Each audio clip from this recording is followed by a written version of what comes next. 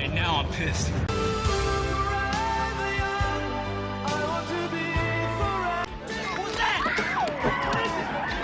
Do a lot. Men created this table, them chairs, they fight in the wars for us. Women choose to be in different, like, easier job titles. Teachers. I'm not saying being a nurse is easy. Teaching's not easy. Teaching's very hard. Teaching is not. It's a very safe, easy job. Men don't really have a choice. They have to do these hard jobs because who else is going to do it? We're not going to actually choose to be an electrician. We're just not. We're just not. I don't know. If you had to choose between being an electrician or being an at-home wife, you're going to be an at-home wife and get taken care of. But I'm just saying, men are providers, so go do that job. Go learn a trade. Go do something, you know? Well, you said that that's all they're good for. Yeah, And what are you good for? a lot of things. Like? I'm funny, I'm smart. You haven't demonstrated that yet. Okay, well, that's Neither- your neither of opinion. those qualities I'm a have, musician, neither I functional dance. You The dance? list, yeah, the list goes on and on. What a great quality. You can dance. You know, they say laughter is the best medicine, so at least they're giving us something. In all seriousness, for guys like me and many of you, middle age is right around the corner. Now, I don't mean that it's happening immediately, but time moves fast. Just ask the men who have been around the block a few times. One day you're in your 20s, and then you wake up with a bad back and beefy hands. And with each passing decade, men look back at what brought them to the place, or in my case, places they ended up, understanding that we're all an amalgam of the many choices we've made up to this very moment. For feminism, it's not like that at all. It's a bargain, one where modern women and simps exchange wisdom for manic ignorance. It's the reason so many of these chicks act like everything is fine, playing life coach, even though they're single moms living off small paychecks, only to occasionally burst into tears on camera. You can frame it however you'd like, but the fact is, women no longer look at the past, even if the occasional peak would enlighten them, because it frightens them. So they perpetuate the cycle, doing the same things over and over again, taking bigger and bigger dives that they foolishly call risks. 58% of employees in a 2019 survey have had a romantic relationship with a coworker. Think about it. The woman that you are with right now has had an affair with somebody that she works with. But don't worry, it's over. That was a long time ago. It was a stupid thing. It was in the past. Yeah. Okay. 31% of employees say that they've hooked up with a colleague.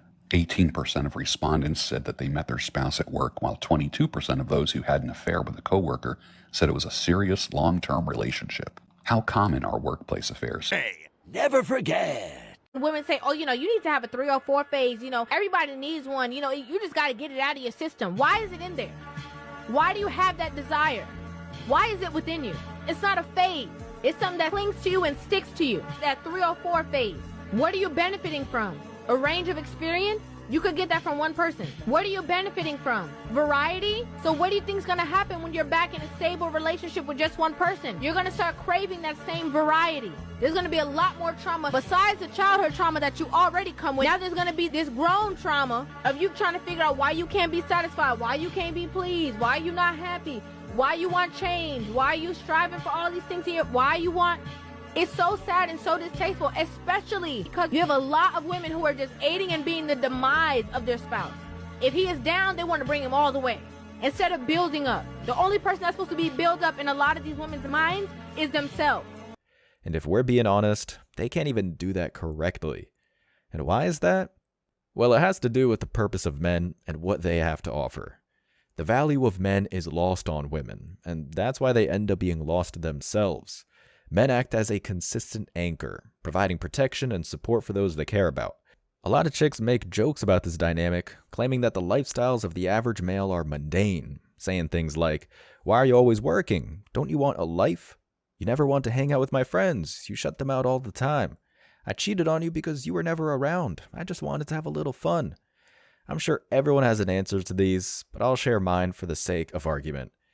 We work because we're hardwired that way. That's what it means to provide. I won't encourage your social circle because they make you a bad person. And good.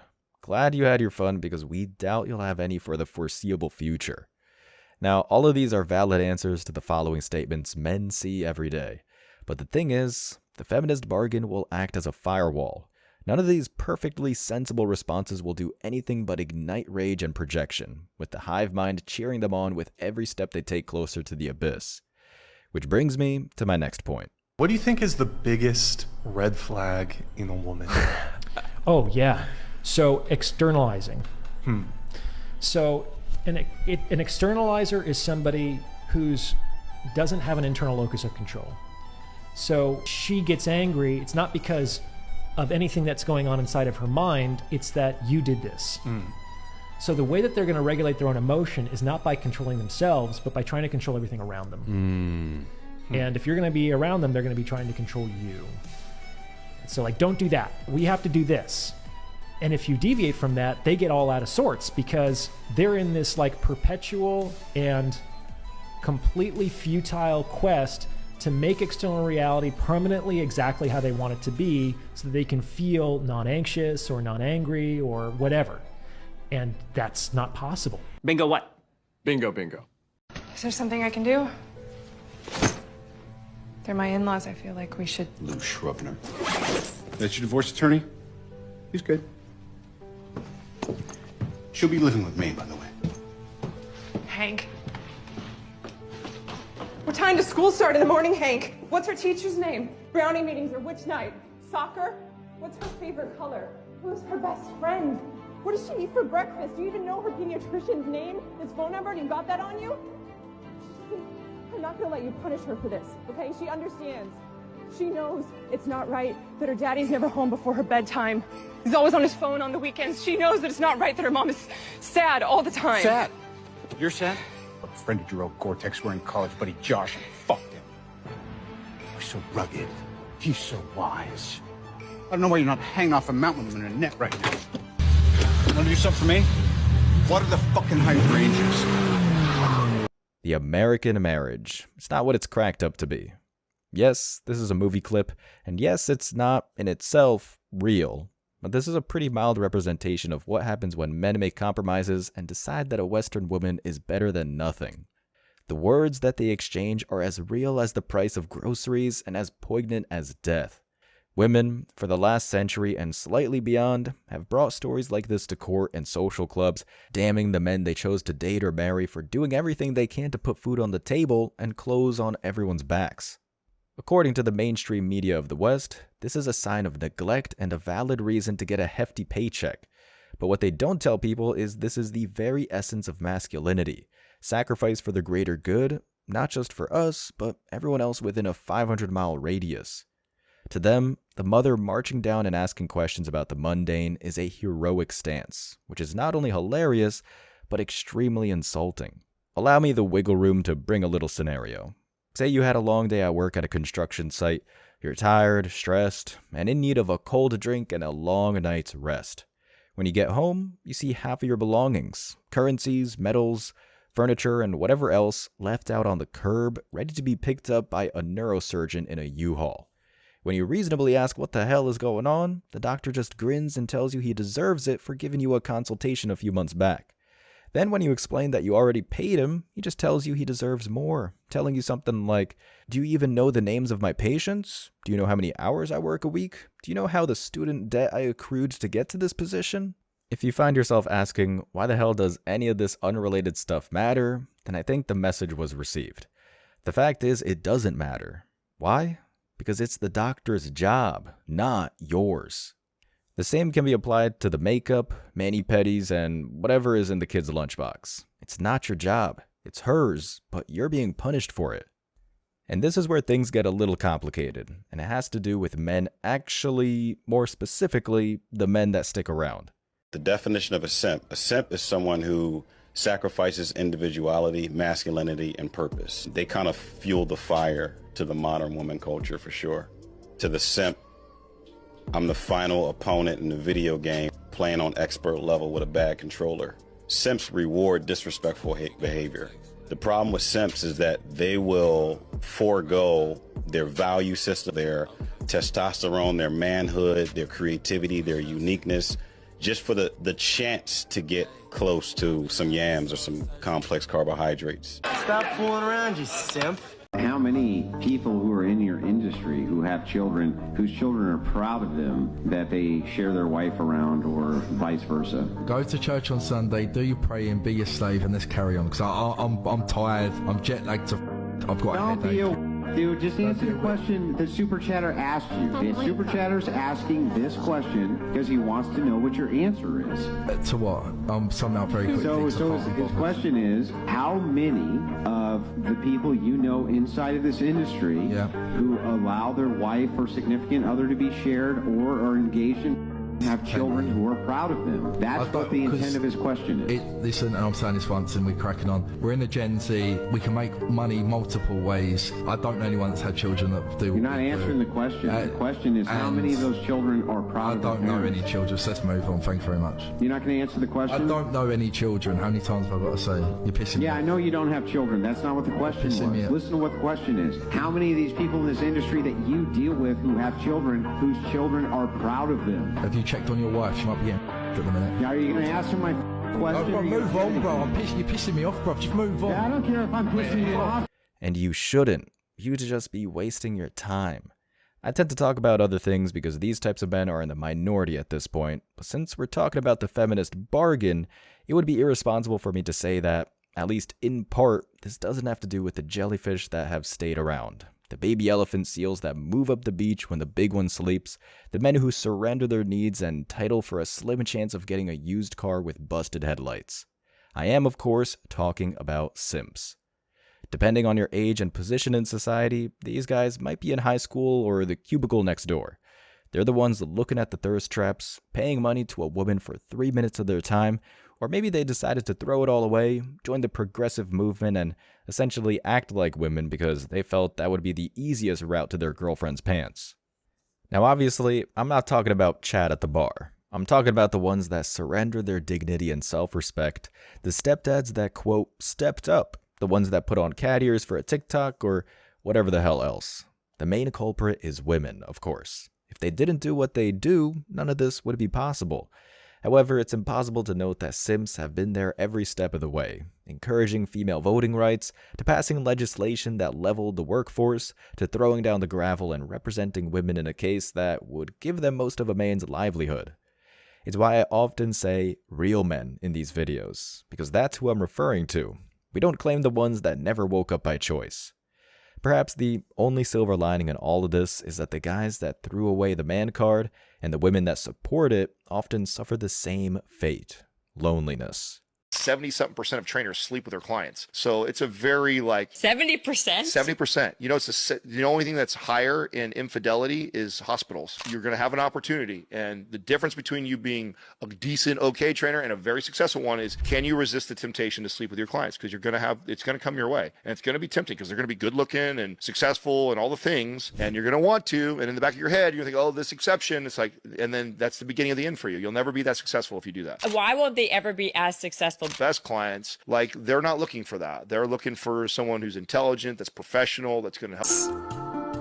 Namaste. My mom started working out with a reef. My dad's traveling a lot. We start seeing a reef a lot at the house. Oh gosh, okay. So he starts privately training my mom at the house. I remember one day they were working out in the workout room and I tried to go into the room and it was locked. And I was like, hey, open up. And they would not open the door. Now I know what they were actually doing in there. We moved to Knoxville. My mom was a fucking mess. She was crying every single day. It was like she was mourning the death of somebody. She couldn't function to even do anything for us kids, as far as cooking dinner or getting us to school. It was basically neglect almost. She never made us brush our teeth, never made us take a bath. Literally all she did every day was sit on the phone with a reef. She started Western Unioning him all of our child support to the point where we lost power in our house for over a week. Our power's out. We have no food. It doesn't make sense. And this is when I realized that Arif wasn't in it for my mom. He was in it for my dad's money. And that's why fathers make the best parents. Women and simps made the feminist bargain decades ago. They and their descendants decided that the best possible path towards fulfillment was to surrender their essence for quick bursts of satisfaction. Basically, they are drug addicts, but the key difference is that the poison of choice isn't something you physically digest. It's an ideology, a spiritual wasteland filled with one high after another until it all blows up in their faces. The crazy part is that, at least on the female end of things, they almost always have no idea what went wrong. Well, that, or they simply refuse to acknowledge it because their minds and bodies have run out of time.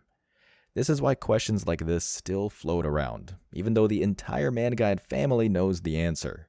Here's some crazy research for you. So, a third of men, 33%, a little over a third, of men between the ages of 18 and 29 are not only single, but they're not actively looking for a partner. The same study said that by the year 2030, that 45% of women between the ages of 20 and 45 will be single. So I've got a question for the men, because I see it all the time in my comments. Most of my comments are filled with guys saying we're done. We're not looking. We like our peace. I need some more talk from you guys. Tell me why you're done. Tell me why you don't want to have a partner in life. Tell me why it's more worth it to be single than to have a partner. Even if you weren't to remarry, just to have a partner. I mean, I've talked to a lot of men. I've got my answers, but I want to hear it in the comments. So please, drop it in the comments. Well, here's your answer. Women don't realize the reality. Like, women have a really hard time seeing reality. The reality is, the way society has always worked is men go out every day. They sacrifice spending time with their children. They sacrifice living a peaceful, relaxing life so that they can go out and provide for their family, so their wife can stay home and relax. Women, they're resenting men for wanting to provide for the family. It's truly unbelievable, and women are trying to compete with men, and it's so unnecessary. There, maybe that'll be in a language you understand, because I'm not going to comment just so you get algorithm points. Speaking of points, this one should be the easiest one to understand. Real men, yes, real men, don't have the time to tend to all the little things for the household if there are 3+ mouths to feed. And yet, so many are forced to because they decided to shack up with a woman that nuked, well, the nuclear family. In a perfect society, men, especially in the modern world, would be able to devote their lives in the same way our forefathers did. They could punch in and punch out of a job that takes 95% of their energy, maybe get a workout in, and then come home to a warm meal and a house that doesn't smell like pig feces. But we don't live in a perfect society, and if you are a Western male curious about the dating pool, this is what you find. How often do you fear for your safety when a man catcalls you? 100%. All the time. Now, I'm not excusing it. Why is catcalling such a big deal? I think catcalling is such a big deal because I'm not out here dressed like this. You can give a little pan of the outfit. This is not for others' view. This is for me, and this is what I feel most comfortable in. This is not an invitation for you to come objectify me or decide that this body is meant for you. It's mine. Okay, and that's fair. I agree with that. Now, for a lot of women who say they dress for themselves, why do you often see women walking around in uncomfortable shoes and skimpy outfits when it's freezing outside? Because I made that money, and I'm going to spend that money on some cute heels. And I worked on this body, and I'm going to show it off. No, I get that, but I'm just saying if they were dressing for themselves, wouldn't they be comfortable? Yeah. I think that me in heels looks a lot better than me in just a pair of sweatpants. I do feel better, and that is still for me. Even if it's not the most comfortable, it feels good to me. I just think it's so wrong that we don't constantly talk about the fact that women, when we have to walk at night, we can't wear headphones, we can't listen to a podcast, we have to have our keys in between our fingers, we have to have our hand on some sort of mace, we're looking behind ourselves constantly, we can't walk near a bush, we can't walk near a tree. When we get home, we have to be so careful as we open the front door in case someone attacks us then. And then when we go inside our house, we have to not turn our lights on. The amount of bruises on my legs from having to try and crash into my furniture because someone outside might be watching for which apartment I live in, so I have to leave the lights off for about 15 minutes so that they can't figure it out. It's like, if you think about the stress that women are under and they're like, why are women's hormones out of control? Do you think it could be the cortisol from trying to stay alive? No, I don't. And you're not going to find anyone rational that thinks that either. The feminist bargain, beyond every other legacy it has left, has produced something foul. The feminist West. Sure, crime rates are skyrocketing, but let's get to the bottom of this one. Could it be that women go out into the streets instead of living chaste lives? Could it be because every bit of legislation that would benefit your respective countries is shot down because it's deemed sexist? Could it be because you insist on wearing stripper garb while walking down a dark alley where thugs make a living? I'm gonna go out on a limb here and say all of the above. Call me crazy, but I think that's the answer to all three. Moreover, the absence of good men is the very reason this is the problem to begin with. What I mean by this is that by not allowing men to be men without crazy consequences, such as suing a guy for saving you from drowning, you've effectively stripped yourself of the protection you crave. Now, this is the reality, and the fact is, it was your choice. There's a coldness that you have to accept when you're a man. Only women, children, and dogs are loved unconditionally. Women, children, and dogs are loved unconditionally. A man is only loved under the condition that he provides some. Knock that off, you two. It's time for church.